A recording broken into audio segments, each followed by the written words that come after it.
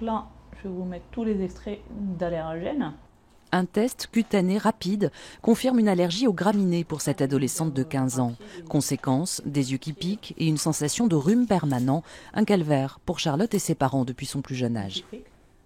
Cette année, je trouve que c'était tôt. Les signes ont commencé en janvier et c'était les symptômes d'un rhume, hein. Le nez qui coule, une sensation d'encombrement, les yeux un peu qui piquent, mais surtout au niveau respiratoire, gêne respiratoire. Et les consultations se multiplient ces derniers jours. Le cabinet de cette allergologue ne désemplit pas. En cause, selon elle, une météo douce qui allonge les périodes de pollinisation des cyprès et des graminées, mais surtout la pollution. Plus il y a de la pollution, plus il y a des graines de pollen, parce que c'est la façon aux plantes d'aider à la survie de l'espèce. Donc elles fabriquent beaucoup plus de pollen.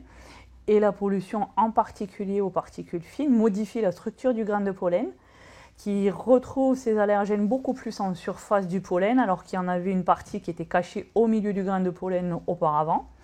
Donc des personnes exposées à un grain de pollen pollué vont réagir beaucoup plus fort qu'à la même quantité de grains, mais non pollués par les particules fines.